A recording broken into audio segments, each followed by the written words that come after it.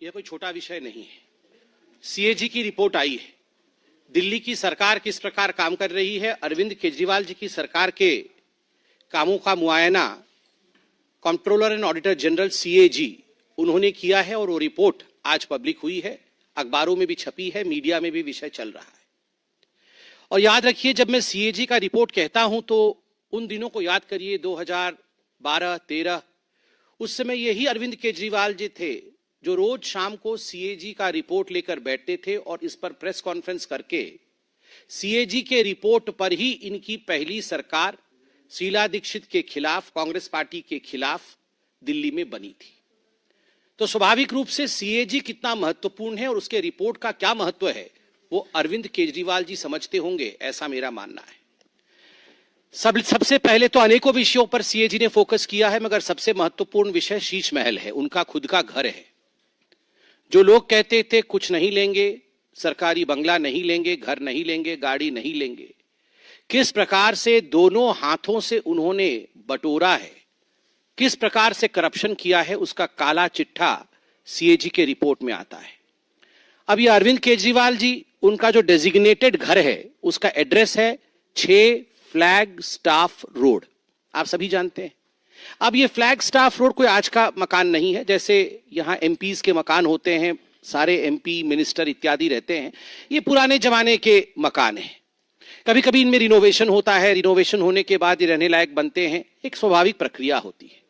मगर आपको जान के आश्चर्य होगा कि सीएजी की रिपोर्ट कहती है कि 17 मार्च 2020, 17 मार्च 2020 को दिल्ली की पीडब्ल्यूडी डिपार्टमेंट ने एक प्रपोजल दिया कि इस 6 फ्लैग स्टाफ रोड को, केजरीवाल जी के मकान को रीमॉडलिंग करना होगा।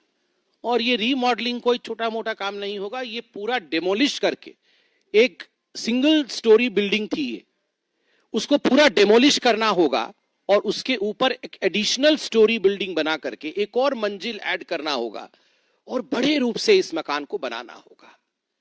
और ये प्रपोजल दिया 17 मार्च 2020 को पीडब्ल्यूडी डिपार्टमेंट ने, और एक दिन के अंदर ही इस प्रपोजल को मान लिया गया।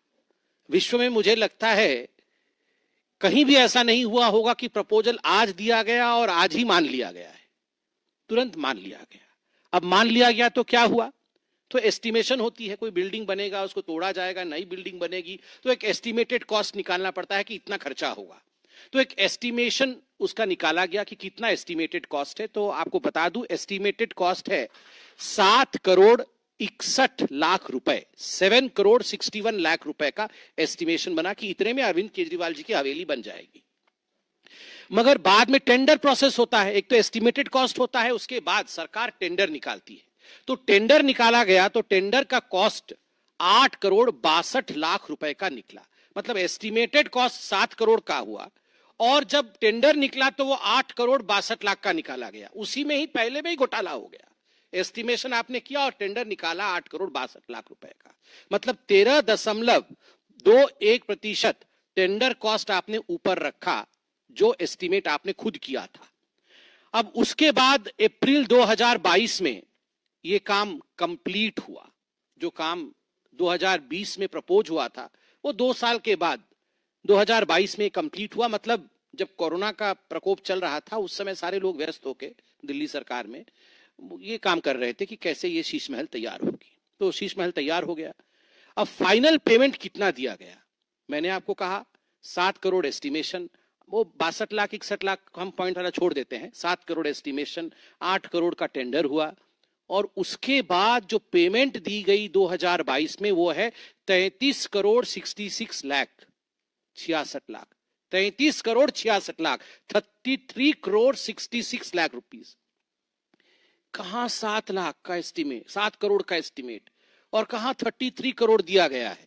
मतलब जो एस्टिमेटेड कॉस्ट 7 करोड़ का था उससे 342.31% अधिक पेमेंट किया गया, और जो टेंडर्ड अमाउंट था 8 करोड़ का उससे 290.49% का ऊपर पेमेंट किया गया। आप सोचिए, इतना घोटाला तो हमने कहीं नहीं सुना होगा, वो भी एक हवेली के पीछे, अरविंद केजरीवाल जी के शीश महल के पीछे इस प्रकार का घोटाला।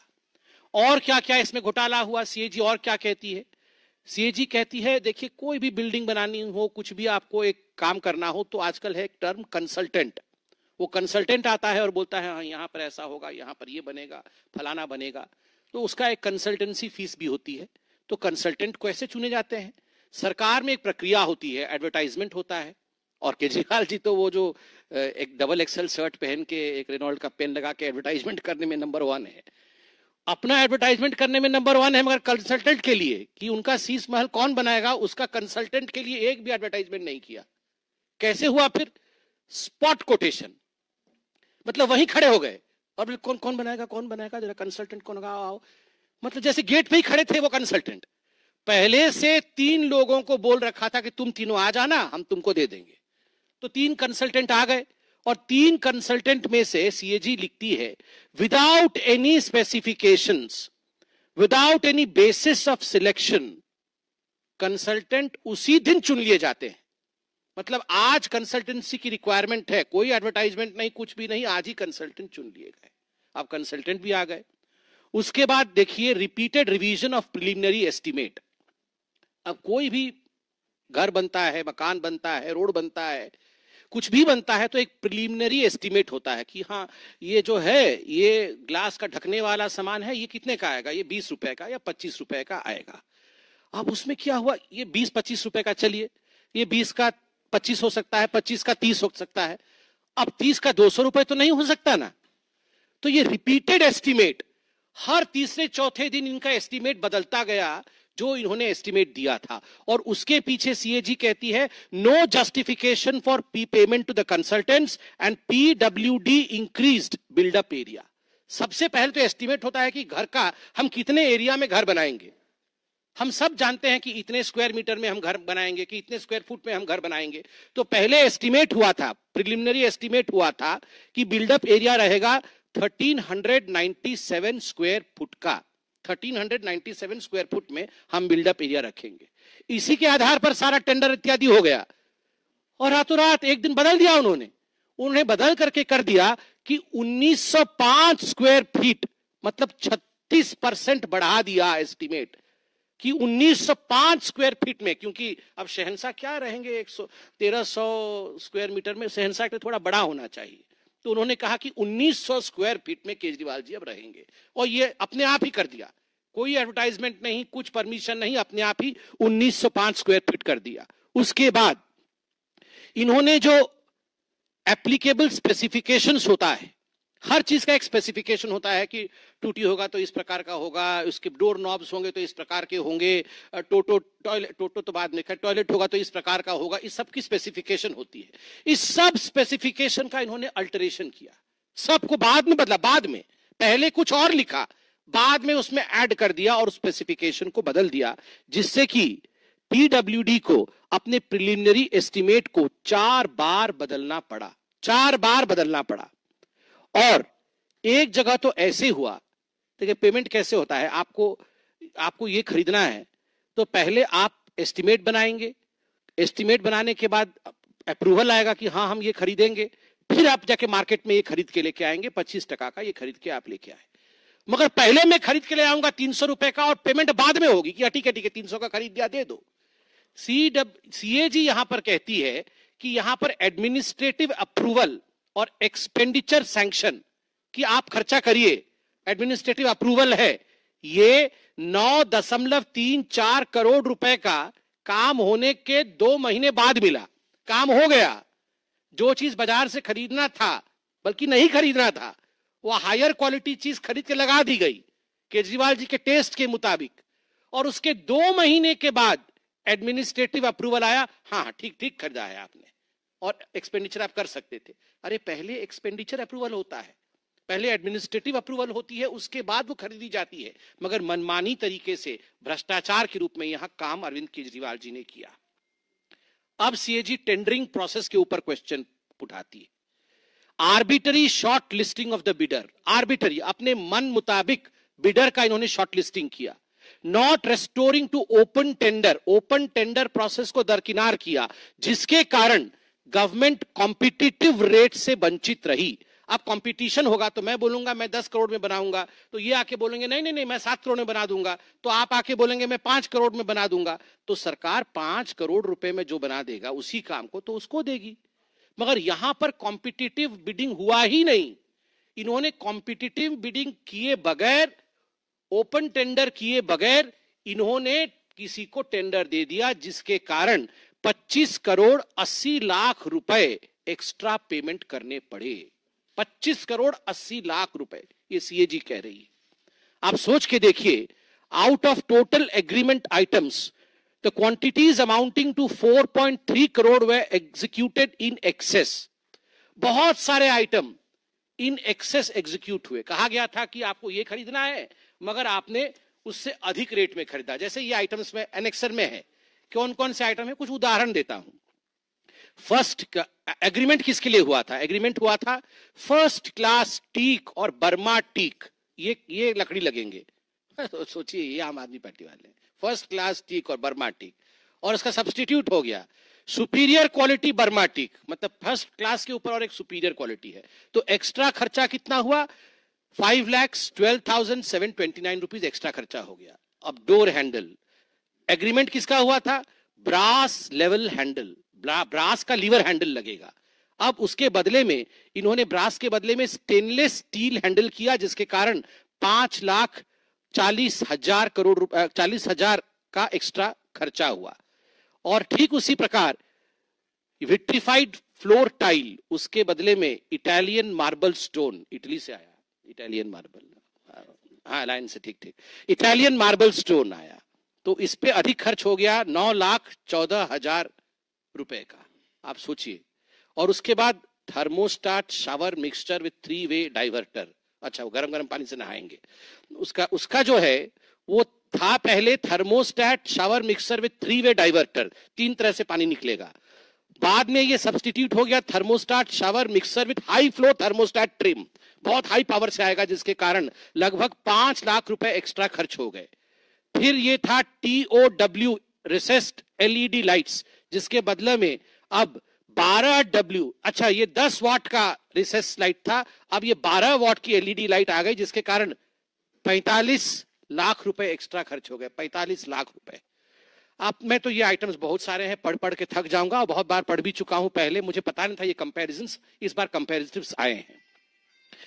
जो items for superior specification, extra item, जिनके विषय में कोई एग्रीमेंट नहीं हुई थी, पहले तो एग्रीमेंट हुआ था एक्स्ट्रा लिया, अब एग्रीमेंट भी नहीं हुई थी उसके बाद भी ले लिया, वो है pre fabricated lift and sliding doors, जिसके कारण 61 लाख रुपीस का खर्चा हुआ। Modular kitchen, ground floor, first floor, second floor, तीनों फ्लोर में एक एक किचन था, पता नहीं एक में चाय, एक में रोटी, एक में सब्जी बनती होगी, और कुल मिलाकर के इसमें 68 लाख रुपीस 75,877 रुपीस का एक्स्ट्रा खर्चा हुआ। Vanity, master bedroom plus family lounge, powder room, middle room, guest room plus study room plus bedroom, इस पे लगभग 1 करोड़ से अधिक का एक्स्ट्रा खर्चा हो गया। अब ये बहुत सारी ऐसी चीजें हैं, मैं वो पर्दा कितने का है वो सब बता चुका हूं, बताना नहीं चाहता हूं, ये एक्स्ट्रा खर्चा हुआ है। मगर आज तो मुझे बड़ा आश्चर्य हुआ है, मुझे तो आपको भी हो रहा होगा, मैं थोड़ा बता दूं, where the money was spent, the cost including installation charges some of the most expensive items at the residence. सबसे एक्सपेंसिव आइटम तो टीवी कंसोल है, हमेशा एडवर्टाइजमेंट में रहना है तो टीवी पे ही होगा। टीवी कंसोल पे 20,34,200 रुपीज, कंसोल पे, टीवी पे नहीं, केवल कंसोल लगाने पे 20 लाख रुपए। मिनी बार, घर में एक मिनी बार था, मुझे तो समझ में नहीं आ रहा है मिनी बार कैसे हो सकता है। मिनी बार 4,80,000 रुपए से अधिक खर्चा हुआ है मिनी बार पे। अब स्वाभाविक है, एक्साइज घोटाला किया तो मिनी बार तो होगा ही, ये व्यक्तिगत विषय है, घर में कौन बार रखता है नहीं रखता है इस पे मुझे कमेंट नहीं करना है, मगर मिनी बार सरकारी खर्चे पर यह चिंता का विषय है। 5 लाख रुपए अतिरिक्त खर्च करके घर पे mini bar, L shape sofa 6,40,000, treadmill and gym equipment 18,52,000 रुपए, kitchen equipment 40 lakh, kitchen equipment, kitchen का अलग था, किचन इक्विपमेंट 40,08,000 रुपए, सिल्क कारपेट, बाप रे बाप, की तो क्वीन विक्टोरिया उस पर चलती थी, सिल्क कारपेट 16,27,690। ये सिल्क कारपेट क्या होता है? कारपेट तो हम देखे, सिल्क कारपेट मतलब मैं समझ नहीं पा, हाँ सिल्क कारपेट, मतलब आप सोचिए डबल एक्सेल का शर्ट कहां से लाते हैं पता नहीं, खुद ही सिल लेते हैं। और वो जो पेन पेन जो लगाते हैं, चप्पल, ये सब करके वो सिल्क कारपेट पे चल के मिनी बार रखे हुए हैं। मतलब ऐसा हमने व्यक्ति पूरे ब्रह्मांड में नहीं देखा होगा, कहीं भी नहीं, ना भूतो न भविष्यति। आप सोच के देखिए जरा, ऑस्कर भी छोटा पड़ जाएगा। Kitchen equipment, silk carpet, round dining table ऐसा वैसा नहीं, राउंड डाइनिंग टेबल 4,80,000 रुपए।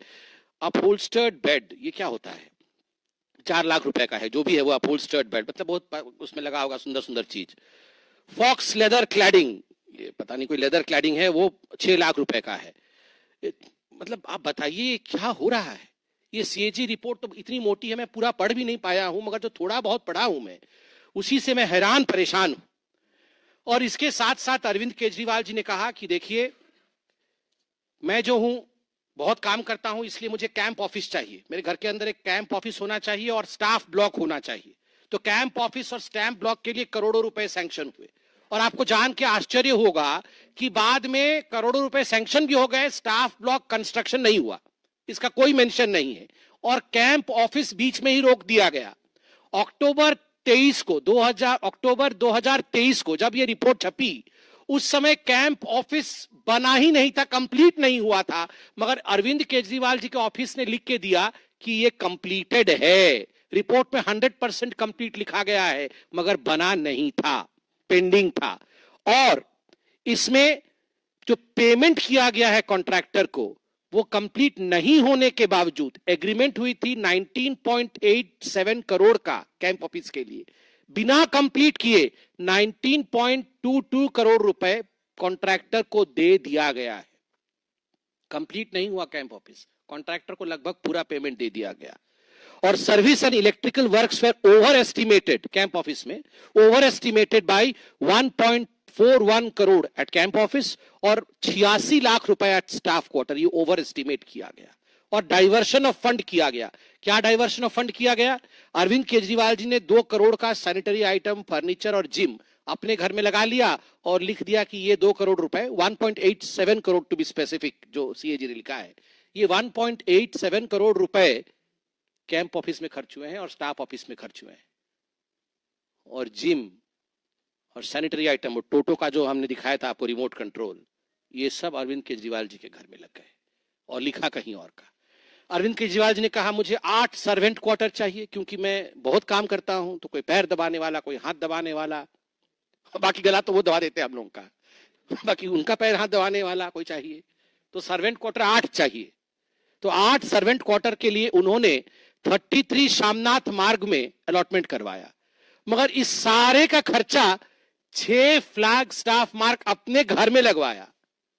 अलॉटमेंट पैसे का किसी और जगह के लिए हो रहा है, मगर पैसा जुड़ा हुआ है उनके घर के अंदर का, और इसका जो एक्स्ट्रा वर्क है, ये सब पैसा डाइवर्ट उन्होंने अपने घर में कराया 8 सर्वेंट क्वार्टर का।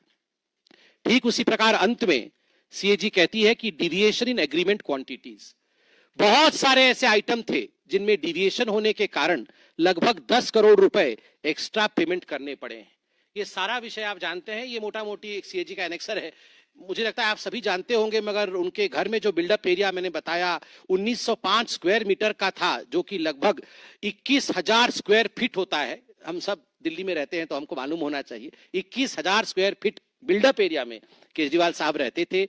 8 बेडरूम थे, 8, 1 2 3 4 5 6 7 8, 8 बेडरूम थे, 3 मीटिंग रूम थे, किचन 2 थे बड़े बड़े, एक तो ऊपर भी था, और ड्राइंग रूम 2 थे, 12 टॉयलेट्स, एक फूल 2 माली, यहां 12 टॉयलेट्स, डाइनिंग रूम 1, टॉयलेट्स और टोटो आपको याद है, sofa set 14, table 28, chair 31, bed 3, mattress 3, curtains 12, wooden blind 6, carpets 4, flower vase dining table, ये सब एक एक फ्लोर का है। ऐसे 3 फ्लोरों का यहाँ पर विस्तार से चर्चा किया गया है, और सारे विषय Bose ceiling speaker in all areas including kitchen, toilet, washing area and gym.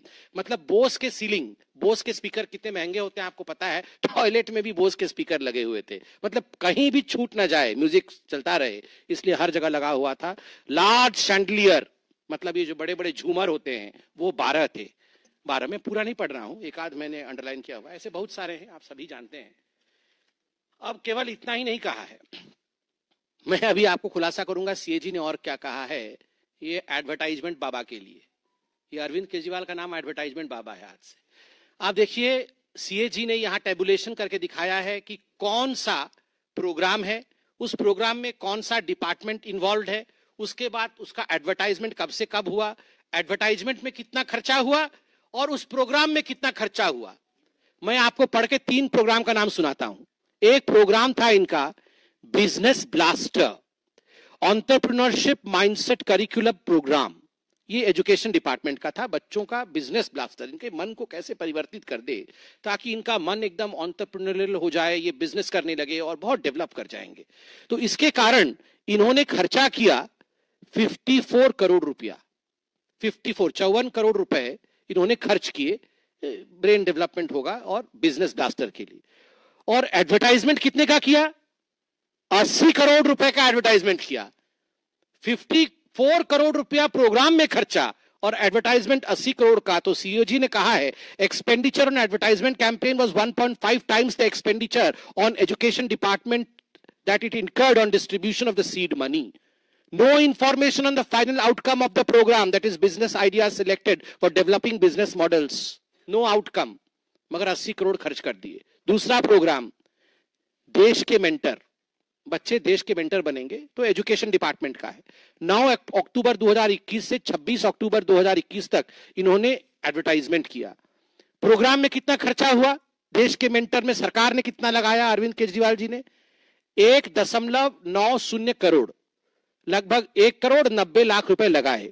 और एडवर्टाइजमेंट में कितना खर्चा हुआ, 27.90 करोड़। 1 करोड़ का प्रोग्राम, 28 करोड़ का एडवर्टाइजमेंट। सीएजी कहती है expenditure on advertisement campaign was more than 13 times the expenditure on education department, 13 गुना अधिक है। और तीसरा प्रोग्राम है, ये तो बहुत फेमस प्रोग्राम है, जिसके बारे में अरविंद केजरीवाल कैसा कैसा भाषण देते थे। क्रॉप रेसिड्यू, पराली मैनेजमेंट, बोलते थे ना एकदम पराली का मैं ऐसा ब्रिक बनाऊंगा और मैं एक बार आ जाऊंगा तो कहीं पराली नहीं जलेगी, सब एकदम बढ़िया हो जाएगा, चंगा हो जाएगा। तो क्रॉप रेसिड्यू पराली मैनेजमेंट ये डेवलपमेंट डिपार्टमेंट के अंडर में आता था। 2020 से 22 तक इन्होंने एडवर्टाइजमेंट दिया।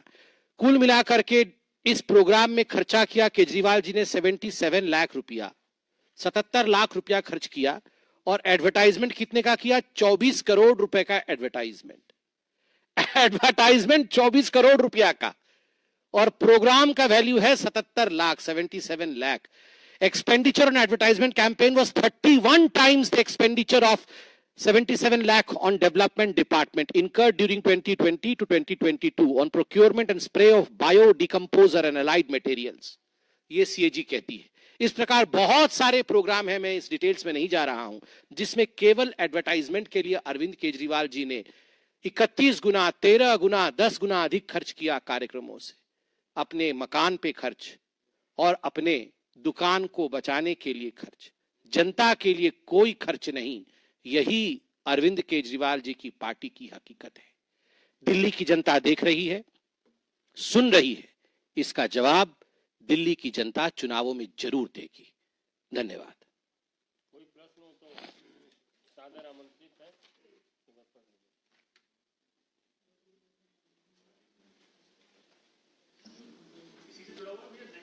अभी तो इसी से जुड़ा विनीत झा, टीवी 18।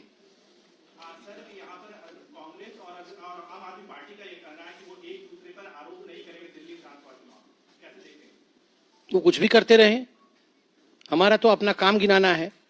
और दोनों ही देखिए, चोर चोर तो मौसेरे भाई हैं, वो क्या आरोप गिनाएंगे? आप बताइए, कभी दो जो मौसेरे भाई हों वो एक दूसरे का आरोप गिना सकते हैं? ये जो अरविंद केजरीवाल 13 लोगों का लिस्ट लेके घूमते थे, उसमें सबसे नंबर 1 पे उन्होंने मनमोहन सिंह जी को रखा हुआ था कि सबसे करप्ट मनमोहन सिंह जी के नीचे सोनिया गांधी, 3rd नंबर पे लालू प्रसाद यादव, 4th नंबर पे आप याद करिए इन्हीं के नेता थे कांग्रेस पार्टी के।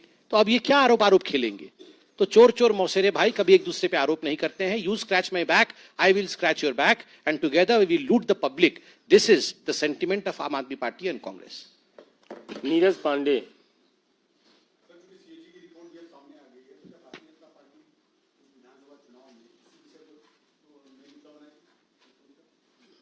देखिए, ये एक मुख्य मुद्दा तो है ही। सीएजी का रिपोर्ट कोई साधारण रिपोर्ट नहीं होता है।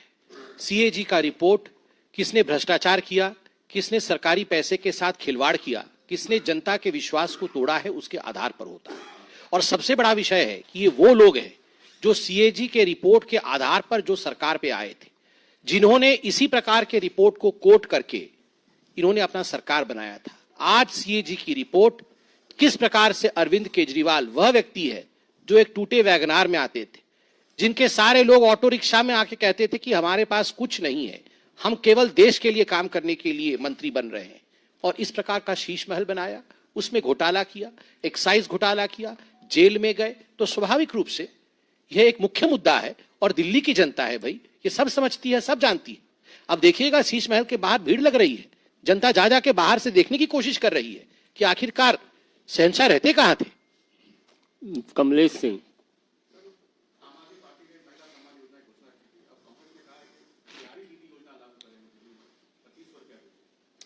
ये तो एक दूसरे पे आरोप नहीं लगाने वाले थे, तो दोनों का तो मैनिफेस्टो एक ही होगा। जब आरोप ही नहीं लगाएंगे, दोनों मिलकर चुनाव लड़ रहे हैं, तो फिर इनका क्या है, इनके मैनिफेस्टो का क्या मतलब है। और ये कांग्रेस पार्टी तो पहले तो कर्नाटक में क्या हो रहा है उसका जवाब दे। कर्नाटक के मंत्री बैठ के यहां प्रेस कॉन्फ्रेंस कर रहे हैं, पहले वो बताए कि कर्नाटक में जो इन्होंने घोषणा पत्र जारी किया था, उस घोषणा पत्र का क्या हुआ। हिमांशु, टाइम्स नव भारत।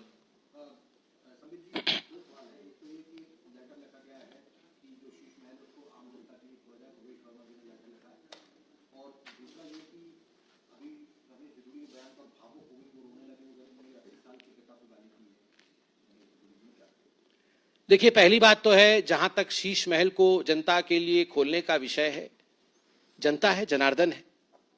आज लाल किला हो या बड़े से बड़ा महल हो, यह भी जनता के लिए खुला हुआ है। लोग जाके देखते हैं कि किस प्रकार महलें बनती थी, राजा रजवाड़े कैसे रहते थे, देखते हैं, लोगों का आग्रह रहता है।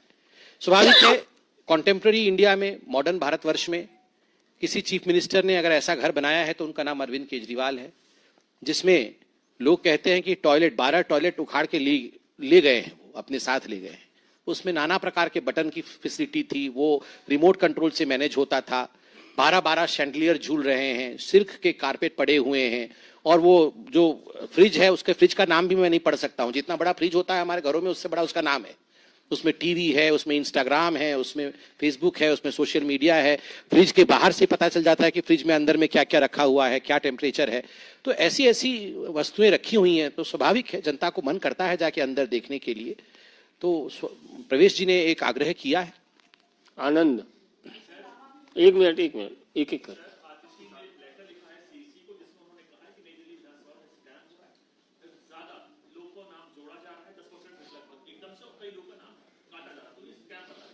देखिए, ये जो आम आदमी पार्टी बार बार प्रेस कॉन्फ्रेंस करके कह रही है कि नई दिल्ली विधानसभा में स्कैम हो रहा है और वोटर लिस्ट से नाम काट दिए गए हैं, नाम जोड़ दिए गए हैं। देखिए, आप सभी पत्रकार हैं और हम पॉलिटिशियन हैं, हम दोनों प्रक्रिया जानते हैं। ये नाम जुड़ता कैसे है, नाम कटता कैसे है। एक बीएलओ होता है, block level officer, booth level officer, जो कि हर बूथ पे वो सरकारी अपॉइंटी होता है इलेक्शन कमीशन की तरफ से। एक बीएलए होता है, बूथ लेवल एजेंट, जो हर पॉलिटिकल पार्टी अपॉइंट करती है। आप बीजेपी के हैं, आप एक लिस्ट बना के जाएंगे कि ये जो फलाने व्यक्ति पहले यहां रहते थे, उनका देहांत हो गया है, इनका नाम काट दीजिए। फलाने व्यक्ति यहां रहते थे, वो अब बेंगलुरु शिफ्ट हो गए हैं, इनका नाम काट दीजिए। अब फलाने व्यक्ति यहां आ गए हैं, इनका नाम जोड़ दीजिए। कांग्रेस वाले भी अपना लिस्ट लेके जाते हैं, आम आदमी पार्टी के बीएलए भी अपना लिस्ट लेके जाते हैं। ये सारे बीएलए और बीएलओ बैठ करके तब जाके सूची तय होता है कि फाइनली नाम कटेगा कि नाम जुड़ेगा। हमारे बीएलए तो काम कर रहे थे, इनके बीएलए कहां थे? शीश महल में मिनी बार में बैठे हुए थे या टोटो पे? बताइए, कहां थे इनके बीएलए? अगर इनके बीएलए उसी समय बोलना था ना उनके बीएलओ को, उनके बीएलए उसी समय आवाज उठाते कि नाम काट दिया, ये नाम तो नहीं कटना चाहिए था, अरे नाम जोड़ दिया, ये नाम तो गलत तरीके से जोड़ रहे हैं। उस समय क्यों चुपचाप बैठे हुए थे जब ये प्रक्रिया चल रही थी? हमारे बीएलए काम कर रहे थे, इनके बीएलए काम क्यों नहीं कर रहे थे? कहां थे इनके बीएलए? मैं आज अरविंद केजरीवाल जी से यह सवाल पूछना चाहता हूं। अनीता जी।